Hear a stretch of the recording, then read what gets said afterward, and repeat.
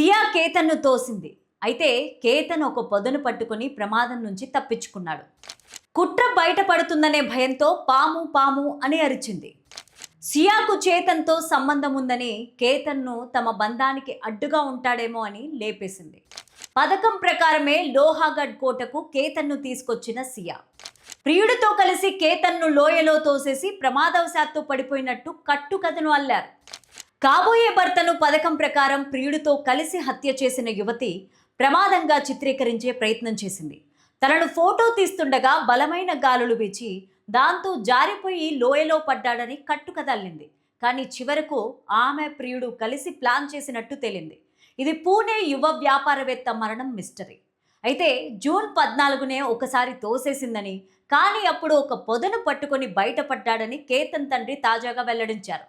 ఈ వీడియోని చివరి వరకు చూడండి. ప్లీజ్ లైక్ చేయండి, షేర్ చేయండి, అలాగే బెల్ బటన్ కొట్టి సబ్స్క్రైబ్ చేసుకొని స్కిప్ చేయకుండా ఎండింగ్ వరకు చూడండి. ఇక హెడ్లైన్స్ చూద్దామా. ఓం శ్రీ మహాశక్తి జ్యోతిష్యాలయం కోయ పూజారి దేవరాజు గారు. విద్య, ఉద్యోగం, వ్యాపారం, ప్రేమ, పెళ్లి, సంతానం, ఆరోగ్యం, భార్యాభర్తల మధ్య గొడవలు, కోర్టు సమస్యలు, వ్యవసాయం, ధన నష్టం, ఆస్తి తగాదాలు, రియల్ ఎస్టేట్, విదేశీ ప్రయాణము, ఇంకా ఏ ఇతర సమస్యలకైనా తమలపాకుపై అంజనము వేసి చూసి చెప్పబడును.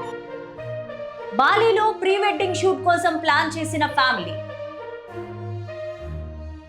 పాస్పోర్ట్ దాచేయడంతో రద్దయిన ఫారెన్ ట్రిప్. జూన్ 14న మొదటిసారి హత్యాయత్నం చేసినట్టు వెల్లడి. ఇక స్టోరీలోకి వెళ్తే, ప్రముఖ పర్యాటక ప్రాంతం లోహాగఢ్ కోట వద్ద జరిగిన మహారాష్ట్రకు చెందిన యువ వ్యాపారవేత్త కేతన్ విశాల్ అగర్వాల్ మృతి కేసులో కళ్ళు బయర్లు కమ్మే వాస్తవాలు వెలుగులోకి వచ్చాయి.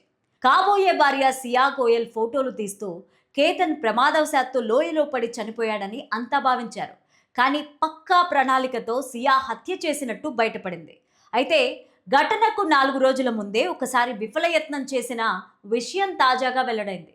అదే ప్రాంతంలో చంపడానికి ప్రయత్నించినట్టు కేతన్ తండ్రి విశాల్ అగర్వాల్ తెలిపారు. జూన్ 14న కేతన్ను కోట పైనుంచి సియా ఎలా తోసేసిందో ఆయన వివరించారు. కేతన్ ఒక పొదను పట్టుకుని ప్రాణాలతో బయటపడగా సియా పాము వస్తోందని అరిచి ఆ తర్వాత అతడిని గట్టిగా కౌగలించుకొని డ్రామాలాడిందని అన్నారు. జూన్ 14న వాళ్ళిద్దరూ ఒంటరిగా కోటకు వెళ్లారు. అక్కడ సియా కేతన్ను తోసింది. అయితే కేతన్ ఒక పొదను పట్టుకుని ప్రమాదం నుంచి తప్పించుకున్నాడు. కుట్ర బయటపడుతుందేమో అన్న భయంతో పాము పాము అని అరిచిందని విశాల్ అగర్వాల్ చెప్పారు. ప్రీ వెడ్డింగ్ షూట్ కోసం బాలికి వెళ్లేందుకు విమానాశ్రయానికి చేరుకున్నప్పుడు అందరి పాస్పోర్ట్లు ఉన్నాయి, కానీ కేతన్ పాస్పోర్ట్ కనిపించలేదు. అది ఎక్కడో పడిపోయినట్లు అనిపించింది. వెతికినా కానీ పాస్పోర్ట్ ఎక్కడా దొరకలేదు. అందువల్ల వాళ్ళు వెనుదిరిగారు.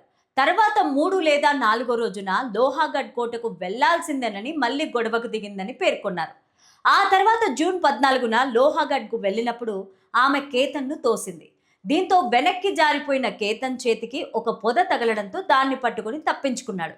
ఆ తర్వాత అతను ఎవరో తోసేశారని, ప్రాణాలతో బయటపడ్డాడని గ్రహించాడు. కానీ సియా వెంటనే పాము పాము అని అరుస్తూ వెళ్లి కౌగిలించుకుంది అని తెలిపారు. పూణే జిల్లా గహుంజేకి చెందిన కేతన్ తన కుటుంబం రియల్ ఎస్టేట్ వ్యాపార సంస్థకు డైరెక్టర్గా ఉన్నారు. జూన్ 18న లోహాగఢ కోట వద్ద దాదాపు 400 అడుగుల లోతైన లోయలో పడి మరణించారు. మరాఠా సామ్రాజ్య స్థాపకుడు ఛత్రపతి శివాజీ మహారాజు చరిత్రతో ముడిపడి ఉన్న ఈ కోట మహారాష్ట్రలో యునెస్కో ప్రపంచ వారసత్వ ప్రదేశంగా గుర్తించిన 12వ కోటలో ఒకటి. మొదట్లో ఈ మరణాన్ని ఒక ప్రమాదంగా పరిగణించారు. కోట వద్ద విహారయాత్రకు వెళ్ళినప్పుడు కాబోయే భార్యను ఫోటోలు తీస్తుండగా బలమైన గాలికి కేతన్ జారిపడ్డట్టు సియా పోలీసులకు చెప్పింది. దీంతో ప్రమాదవశాత్తు మరణంగా కేసు నమోదు చేశారు. పోలీసులు ఆ తర్వాత పరిస్థితులు పరిశీలించి అవి అనుమానాస్పదంగా ఉన్నాయని కనుగొన్నారు. సియాను ఆమె ప్రియుడు చేతన్ బాబులాల్ చౌదరిని హత్యా నేరపూరిత కుట్ర ఆరోపణలపైన అరెస్ట్ చేశారు. పూణే రూరల్ ఎస్పీ సందీప్ సింగ్ గిల్ మాట్లాడుతూ ఆర్థిక వివాదాలు, వ్యక్తిగత సంబంధాలతో పలు కోణాల్లో దర్యాప్తు సాగిందని చెప్పారు.